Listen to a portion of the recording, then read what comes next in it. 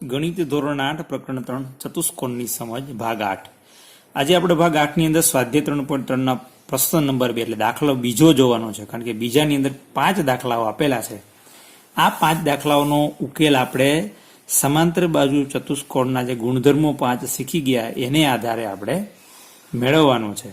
અને એમાં અગત્યના જે ગુણધર્મો છે, અહીંયા ખૂણા મેળવવાના છે, પણ ખૂણા માટેના 2 ગુણધર્મો છે સમાંતર બાજુ ચતુષ્કોણના. એ હંમેશા આપણે યાદ રહેવા જોઈએ કે સામસામેના ખૂણાઓ છે એ સરખા હોય, પાસેના હોય એ પૂરક હોય. આ દાખલાઓનો આપણે ઉકેલ મેળવતા પહેલા આપણે અગાઉ જે ખૂણાઓની જોડના પ્રકાર શીખી ગયા છે એના વિશે થોડુંક આપણે અહીંયા પુનરાવર્તન કરી લઈએ. દાખલા તરીકે અહીંયા 2 રેખાઓ દોરું હું. આ એક રેખા અને આ બીજી રેખા. આ 2 રેખાઓ જ્યારે છેદતી હોય ત્યારે એનાથી જે 4 ખૂણાઓ બને છે એમાંથી જે આ ખૂણો અને આ ખૂણો એટલે કે સામસામેના જે ખૂણા બને છે આને અભિકોણો કહેવાય. આ ખૂણો અને આ ખૂણો આ બંને અભિકોણની જોડના ખૂણા કહેવાય. અને અભિકોણો છે એ એકરૂપ હોય. એકરૂપ એટલે માપ સરખા, એટલે કે સરખા માપના. અભિકોણો એટલે કે 2 રેખાઓ છેદે ત્યારે બનતા સામસામેના જે ખૂણાઓની જોડ છે ને અભિકોણો કહેવાય. અભિકોણો હંમેશા એકરૂપ હોય. એકરૂપ એટલે સરખા માપના. આ 70 તો આ 70, આ 80 તો આ 80, આ 120 તો આ પણ 120. એવી રીતે આ 60 હોય, આ 60 હોય તો આ 120. હવે આપણે બીજી પણ એક આ અભિકોણની વાત કરી. હવે જ્યારે આ ટી આકારના ખૂણા બનતા હોય, આવા ઊંધો ટી હોય કે સીધો હોય કે આડો હોય કે ઊભો હોય, એમાંથી આ ખૂણો ને આ ખૂણો જે બને છે એને રૈખિક જોડના ખૂણા કહેવાય. અને રૈખિક જોડના ખૂણા હંમેશા પૂરક હોય. કેની વાત કરી? રૈખિક જોડ. રૈખિક જોડ. અહીંયા પણ રૈખિક જોડના ખૂણા બને છે. તમે જોઈ શકો, અહીંયા દાબી દો એટલે ટી બની ગયો. તો આ 2 ખૂણા રૈખિક જોડના ખૂણા છે. એટલે આ બંનેનો સરળો 180. આ પણ પૂરક છે. આ પણ તમે જોઈ શકો છો કે આ ટી આકારે બને છે. આ બંને પણ રૈખિક જોડના ખૂણા છે ને એ પૂરક હોય. અહીંયા તમે જોઈ શકો છો આ 2 ખૂણાઓ પણ રૈખિક જોડના ખૂણા છે. બરાબર. અને આવી રીતે અહીંયા રૈખિક જોડની 4 જોડ બને. બરાબર. પૂરક હોય એટલે બંનેનો સરવાળો 180. એટલે એકનું માપ જાણતા હોય તો બીજું આપણને મળે. હવે ત્રીજી વાત કરીએ આપણે યુગ્મ કોણોની. અહીંયા આપણે દોરીએ. માની લો કે આ 2 રેખાઓ છે. એક આ રેખા અને એક આ રેખા. આ 2 રેખાઓ એકબીજાને સમાંતર છે. અને માની લો કે આ એમની છેદિકા છે. 2 સમાંતર રેખાઓની છેદિકાથી ઘણા બધી જોડના પ્રકાર બને. અહીંયા આપણે બધી જોડ જે રૈખિક જોડ શીખ્યા અને અભિકોણો શીખ્યા એ પણ અહીંયા બને છે, પણ એની વાત પછી કરશું. તો અહીંયા તમે જોઈ શકો કે આ ખૂણો અને આ ખૂણો એટલે કે ઝેડ આકારે જે ખૂણો બન્યો એક આ બાજુ ના બાજુ એને યુગ્મ કોણની જોડ કહેવાય. કેવા કહેવાય? યુગ્મ કોણ. અને જ્યારે 2 રેખાઓ સમાંતર હોય અને એની છેદિકાથી જે યુગ્મ કોણો બને એ કેવા હોય? એકરૂપ. કેવા હોય? એકરૂપ એટલે માપ સરખા. એટલે આનું જેટલું માપ છે એટલું જ આનું. તો એવી રીતે અહીંયા પણ તમે જોઈ શકો એસ આકાર અથવા ઊંધો ઝેડ આકારે. એટલે આ ખૂણો અને આ ખૂણો એ પણ યુગ્મ કોણની જોડના ખૂણા છે. માટે આ 2 રેખાઓ સમાંતર છે અને આ એની છેદિકા છે. માટે એનાથી જે બનતા યુગ્મ કોણો છે એ એકરૂપ એટલે કે એક સરખા માપના હોય છે. તો અહીંયા 2 રેખાઓ છેદે તો અહીંથી ઘણી બધી જોડના પ્રકાર બને છે. અહીંયા આપણે યુગ્મ કોણની વાત કરીએ. હું અહીંયા આ ખૂણો ના ખૂણો કહું તો રૈખિક જોડ છે. આ ખૂણો ના ખૂણો રૈખિક જોડ છે. આ ખૂણો ના ખૂણો રૈખિક જોડ. આ ખૂણો ના ખૂણો રૈખિક જોડ. એવી રીતે આ ખૂણો આ ખૂણો અભિકોણો છે. આવડા આ ખૂણો ના ખૂણો અભિકોણો છે. બરાબર. અહીંયા અનુકોણનો કોઈ આપણે ઉપયોગ થતો નથી. એટલે અનુકોણ હું શીખડાવતો આપણે શીખી ગયા ધોરણ 7 ની અંદર. એફ આકારે બને એટલે કે આ ખૂણો આ અંદરનો ને આ બહારનો એ અનુકોણો છે. ને 2 સમાંતર રેખા હોય અને એની છેદિકાથી જે અનુકોણો બને એ પણ એકરૂપ હોય. પણ 2 રેખાઓ સમાંતર હોવી જરૂરી છે. હવે આ ખૂણાઓ માત્ર આપણે પુનરાવર્તન એટલે કે યાદ કરવાના હતા. એનો ઉપયોગ કરીને આપણા દાખલાઓ ગણવાના છે. બરાબર. હવે જ્યાં જરૂર પડશે જે ગુણધર્મની એનો આપણે ઉપયોગ કરશું. તો આપણને અહીંયા સમાંતર બાજુ ચતુષ્કોણ ABCD આપી દીધું. કીધું જ છે નીચેના સમાંતર બાજુ ચતુષ્કોણમાં એક્સ વાય અને ઝેડ ના મૂલ્યો શોધો. એટલે આપણને જે કાંઈ ચતુષ્કોણ આપ્યા છે એ સમાંતર બાજુ છે. એટલે હવે આપણને આ ખૂણો બી નું માપ આપ્યું છે, તો એના આધારે આપણને ખૂણા ડી નું એટલે કે વાય નું માપ મળશે. કેમ? તો કે આ સમાંતર બાજુ ચતુષ્કોણના સામસામેના ખૂણાઓ છે. તો આપણે પેલું જ લખશું કે વાય બરાબર 100 અંશ. કારણ સમાંતર બાજુ ચતુષ્કોણના સમાંતર બાજુ ચતુષ્કોણના સામસામેના ખૂણા કેવા હોય? સરખા. પેલું વિધાન આપણે લખવું હોય તો લખી શકીએ કે ચતુષ્કોણ એબીસીડી એ સમાંતર બાજુ ચતુષ્કોણ છે. આપણે લખી શકીએ ચતુષ્કોણ એબીસીડી સમાંતર બાજુ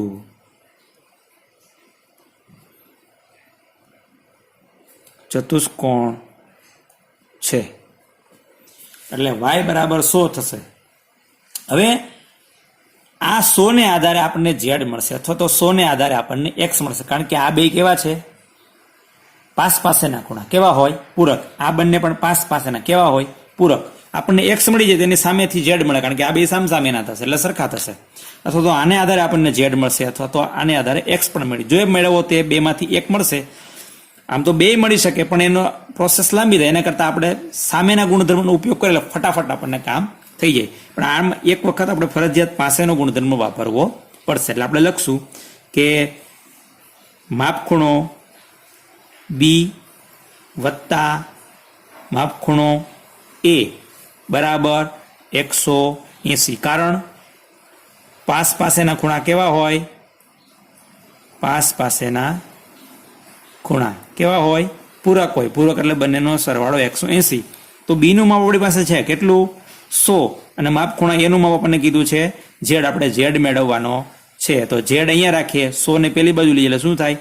ઝેડ બરાબર 180 અંશ ઓછા 100 અંશ માટે ઝેડ બરાબર 80 અંશ. એટલે ઝેડ મળી ગયો. કેટલો મળ્યો? 80. તો એને આધારે આપણને એક્સ મળશે. કેટલો? 80. કેમ? તો કે સામસામેના. અથવા તો આને આધારે મેળવો તો પણ 80 જ મળવાનો છે. કે પાસેના ખૂણા છે તો પણ આપણને 80 જ મળવાનો છે, કારણ કે ખૂણાનું માપ બદલવાનું નથી. અથવા તો વાય ને આધારે મેળવો, વાય 100 છે તો આ બે પાસેના, તો આ પણ પાસેના એટલે પૂરક ખૂણો થશે. આ 100 તો આ 80. કેમ? તો કે બંનેનો સરવાળો 180. ગમે તે રીતે મેળવો આ x નું માપ આપણને 80 મળશે. હવે આપણે શું લખશું કે ત્રીજો મુદ્દો x બરાબર z. કારણ સામસામેના ખૂણા. કોના સામસામેના? આ બહુ અગત્યની વાત છે, મેં લખ્યું નથી. સમાંતર બાજુ ચતુષ્કોણના સામસામેના ખૂણા. સામસામેના ખૂણા બરાબર છે, પણ સમાંતર બાજુ ચતુષ્કોણ હોય તો બે સરખા હોય. માટે x નું માપ આપણે મેળવવું છે. z તો આપણે મેળવી લીધો. કેટલો મળ્યો છે? z 80. તો x નું માપ પણ આપણને મળી ગયું. આ x મળ્યો, અહીંયા આ y મળ્યો અને અહીંયા આ z મળ્યો. એટલે આપણે 3 ખૂણાઓ મળી ગયા. આપણે ગુણધર્મનો ઉપયોગ કર્યો ચતુષ્કોણના. કયા ચતુષ્કોણના? સમાંતર બાજુ ચતુષ્કોણના જે સામસામેના ખૂણા અને પાસેના ખૂણાનો જ ઉપયોગ કર્યો. અહીંયા મેં હમણાં શીખવાડ્યું એમાંથી એક પણ ગુણધર્મો ખૂણાની જોડના પ્રકાર વિશે વાત કરી નથી. એ ઉપયોગ હવે આ દાખલામાંથી કરવાનો થશે. બીજો દાખલો આપ્યો છે તો અહીંયા ચતુષ્કોણનું નામ આપ્યું નથી. આપણે આપી શકીએ કે ચતુષ્કોણ એબીસીડી કેવો છે? સમાંતર બાજુ. શા માટે? કારણ કે એને રકમમાં જ આપી દીધું છે. આવા 5 દાખલાઓ છે. તો પેલું વિધાન લખીએ. અહીં ચતુષ્કોણ એબીસીડી સમાંતર બાજુ ચતુષ્કોણ છે. બરાબર. તો હવે આપણને આ 50 ઉપરથી સીધું શું મળશે? સી એટલે આ ખૂણો અંદરનો. બરાબર. કારણ કે અને 50 ઉપરથી વાય પણ મળે ને 50 ઉપરથી એક્સ પણ મળે. આપણે બધા ખૂણાઓ 50 ઉપરથી મળી જાય, પણ આપણે આ સી મળી જાય પછી એના આધારે એક્સ મેળવીએ. એક્સ મળી જાય પછી એની સામેનો ખૂણો વાય છે, એટલે આ બે સરખા થવાના છે. પછી આ બે પૂરક કોણો છે, એ ગુણધર્મનો ઉપયોગ કરીને આપણે ઝેડ મેળવશું. એટલે પહેલા આપણે લખીએ માપ ખૂણો એ બરાબર માપ ખૂણો સી. સી એટલે કયો ખૂણો? BCD. ખૂણો BCD સી ડી. કારણ સમાંતર બાજુ ચતુષ્કોણના સામસામેના ખૂણા કેવા હોય? સમાન. આ ગુણધર્મનો ઉપયોગ કરીને આપણને માપખૂણો એ તો આપ્યો છે, કેટલો છે? 50 બરાબર માપખૂણો બીસીડી. બીસીડી એટલે આ અંદરનો ખૂણો. હવે આપણને 50 ઉપરથી વાય મેળવીએ, અથવા તો આ મળી ગયો છે એના ઉપરથી સીધો ઝેડ મેળવી લઈએ તોય વાંધો નહીં. આપણે શું લખશું કે માપખૂણો બીસીડી વત્તા માપખૂણો, અથવા તો માપખૂણો નહીં પણ સીધું ઝેડ જ નામ આપ્યું છે, વત્તા ઝેડ બરાબર 180 અંશ. કારણ કઈ જોડના ખૂણા છે? રૈખિક જોડના ખૂણા. કેવા હોય? પૂરક કોણો. રૈખિક જોડ. પૂરક કોણો એટલે બંનેનો સરવાળો 180. આ બીસીડી નું માપ આપણે મેળવી લીધું. કેટલું છે? આપણને મળી ગયું 50. તો 50 વત્તા ઝેડ બરાબર 180. આપણે ઝેડ મેળવ્યો છે, 50 ને પેલી બાજુ લઈ જઈએ એટલે શું થાય?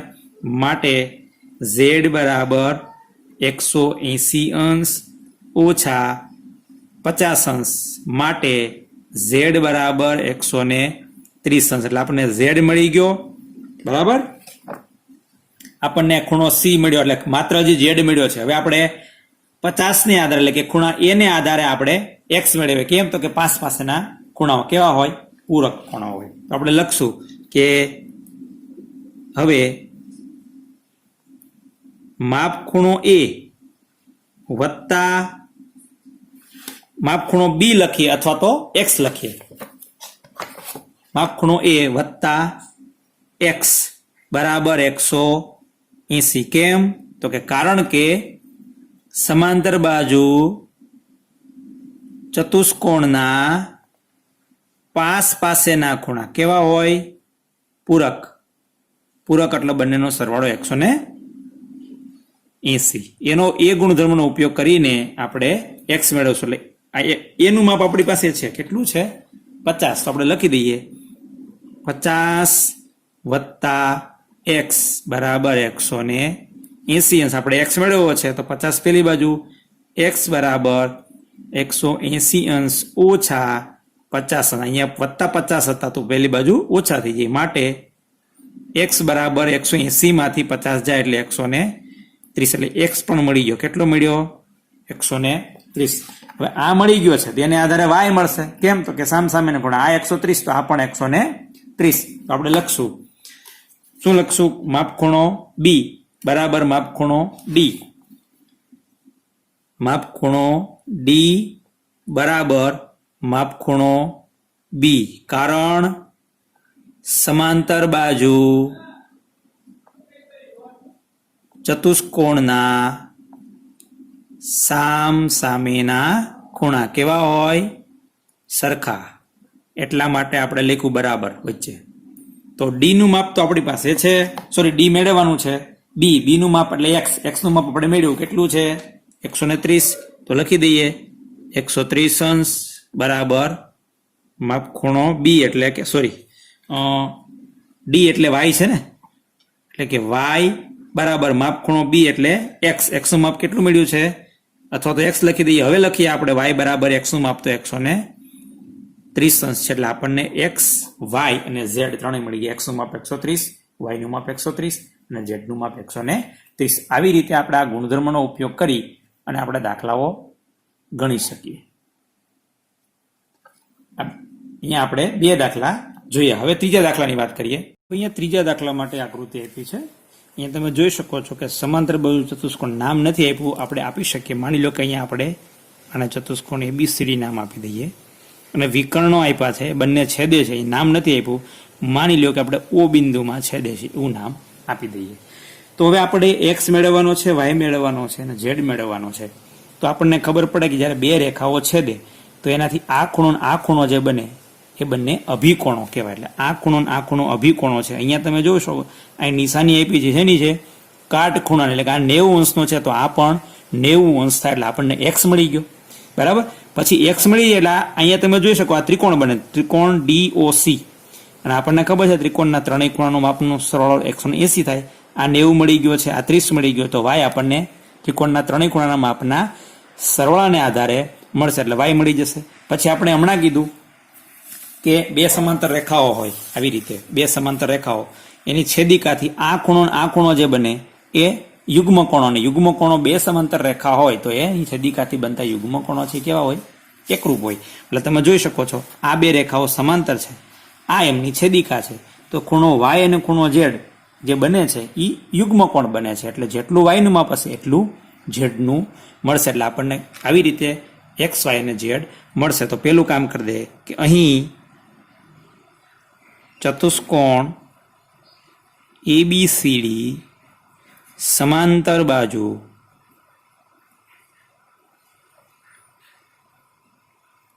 ચતુષ્કોણ છે. હવે આપણે વાત કરીએ કે ખૂણો O જે છે, ખૂણો AOB કેવો છે? કાટખૂણો છે. અહીં માપ ખૂણો AOB બરાબર 90 અંશ કાટખૂણો છે. હવે તો આપણને x કેટલો મળશે? 90. કેમ? તો કે અભિકોણો છે. આપણે લખશું માટે x બરાબર માપ ખૂણો AOB, કારણ અભિકોણો બે રેખાઓ છેદે તો એનાથી બનતા અભિકોણો છે, ને અભિકોણો કેવા હોય? એકરૂપ હોય. એટલે કે બંનેનું માપ સરખું. એટલે આ 90 છે AOB, માટે x નું માપ મળી ગયું x બરાબર 90 અંશ. આપણે x મળી ગયો છે. હવે આપણે y મેળવીએ. કેવી રીતે? આ મળી ગયો 90 આ 30. આ ત્રિકોણ DOC માં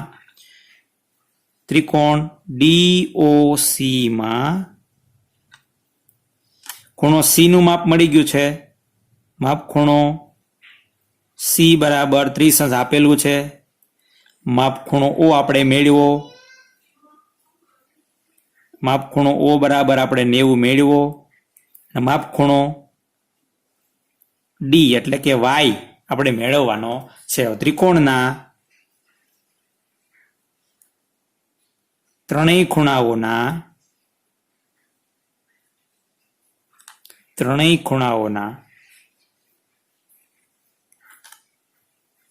માપનો સરવાળો કેટલો થાય?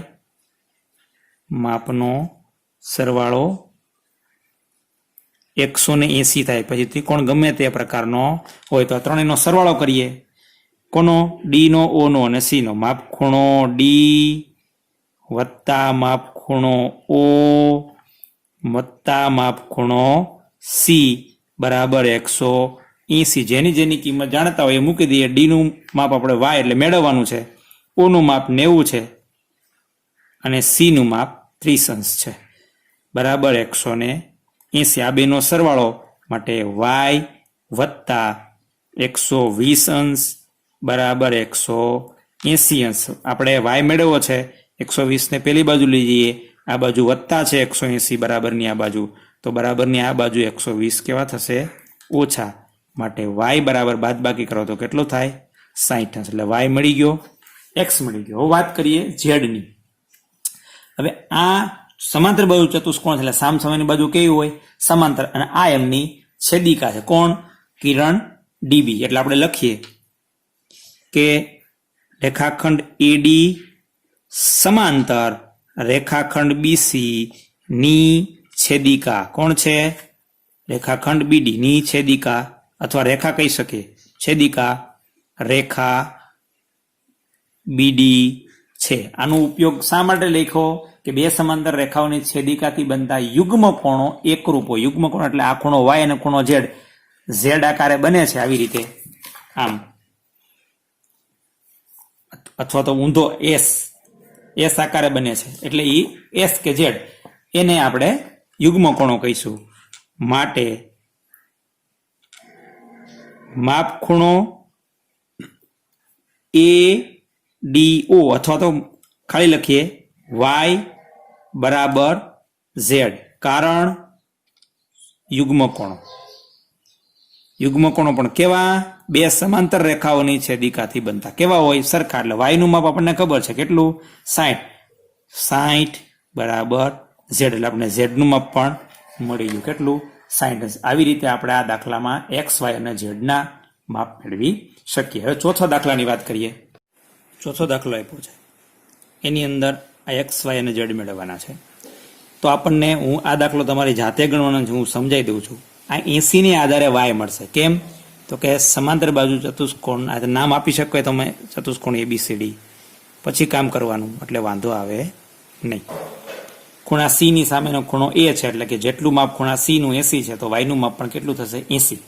80 ને આધારે આપણને y પણ x પણ મળશે. કેવી રીતે? બે પાસ પાસેના સમાંતર બાજુ ચતુષ્કોણની પાસ પાસેના ખૂણા બેનો સરવાળો 180, એટલે જેટલું B અને C નો સરવાળો 180, એટલે C નું માપ 180 આપ્યું હોય તો આપણને B 180 માંથી 80 બાદ કરી દઈએ એટલે આપણને x નું માપ મળે.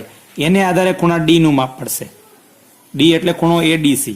આ 100 મળશે તો આ પણ 100. એ 100 ને આધારે આ Z નું માપ પડશે. કેવી રીતે? કારણ કે આ બે રેખિક જોડના ખૂણા છે, તો આ બેનો સરવાળો 180 થાય, એટલે 100 વત્તા Z બરાબર 180. જે 100 ને પેલી બાજુ એટલે Z બરાબર 180 ઓછા 100, એટલે જવાબ મળશે 80. આવી રીતે આપણને એક્સ વાય અને ઝેડ આ દાખલામાં તમારી જાતે પ્રયત્ન કરવાનો છે. હવે પાંચમો દાખલો હું ગણાવું છું. અહીંયા પાંચમા દાખલાની અંદર આકૃતિ આપી છે બરાબર. અહીંયા એક વિકર્ણનો ઉપયોગ કર્યો છે અહીંયા આપણને. એટલે તમે જોઈ શકો આ ખૂણાના બે ભાગ થયા, એમાં એકનું માપ 40 ને એકનું માપ Z. અહીંયા બે ભાગ થયા, એમાં એકનું માપ x, બીજાનું આપણે મેળવવાનું નથી. અહીંયા માત્ર આપણને આ એક ખૂણો આપ્યો છે બરાબર 112, અને આ 40 આપ્યા છે, અને આપણે એક્સ વાય અને ઝેડ મેળવવાના છે. કેવી રીતે મેળવવાના એ પહેલા વાત કરી દઉં. તો 112 ને આધારે આપણને વાય મળશે, કેમ કે આ સમાંતર બાજુ ચતુષ્કોણ છે, સામસામેના ખૂણા સરખા. એટલે આ 112 તો આ પણ 112. હવે તમે જોઈ શકો આ 112, આ 40 અને આ x, તો તમે જોઈ શકો આ ત્રિકોણ બને છે. તો ત્રિકોણના ત્રણેય ખૂણાનો માપનો સરવાળો 180 થાય, તો આ બે આપ્યા છે, ત્રીજો આપણને મળશે એટલે x મળી જશે. પછી તમે જોઈ શકો આ રેખા અને આ રેખા બે સમાંતર બાજુ ચતુષ્કોણની સામસામેની બાજુઓ છે, તો કેવી હોય? સમાંતર. અને આ વિકર્ણ છે એ એમની છેદિકા બને છે. તો તમે જોઈ શકો Z આકારે ખૂણો x અને Z બને છે, તો આ બે યુગ્મ કોણો કહેવાય, અને યુગ્મ કોણો એકરૂપ હોય એટલે જેટલો x થશે એટલો જ Z થશે. આવી રીતે આપણે આ ત્રણેય ખૂણાઓ મેળવીશું. નામ આપી દઈએ કે ચતુષ્કોણ ABCD. ચાલો બરાબર, એટલે આપણને આગળ ખ્યાલ આવે. હવે અહીંયા લખી દે, અહીં ચતુષ્કોણ ABCD સમાંતર બાજુ ચતુષ્કોણ છે બરાબર. હવે આપણે પેલા કોણ મળશે? y નું માપ. આપણે લખશું માટે માપ ખૂણો C બરાબર માપ ખૂણો A. કારણ સમાંતર બાજુ ચતુષ્કોણના સામસામેના ખૂણા કેવા હોય? સરખા હોય. એટલે બેના માપ સરખા. એટલે માપ ખૂણા C નું માપ આપ્યું કેટલું? 112 અંશ. તો માપ ખૂણા A માટે શું કીધું છે? y. તો આપણને y મળી ગયો 112. હવે આપણે કહીશું ત્રિકોણ ABD.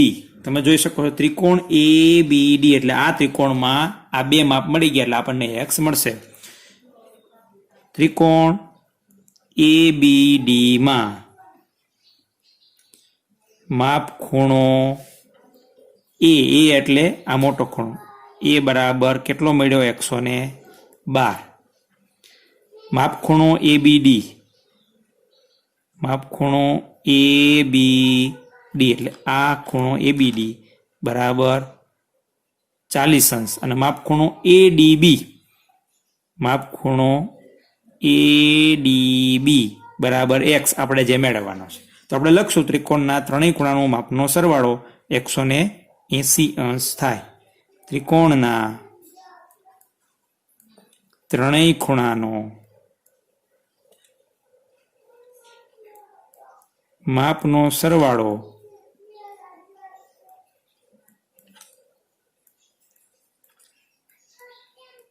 બરાબર 180 અંશ. એટલે માપ ખૂણો આ ત્રણેયનો સરવાળો શું લખશું?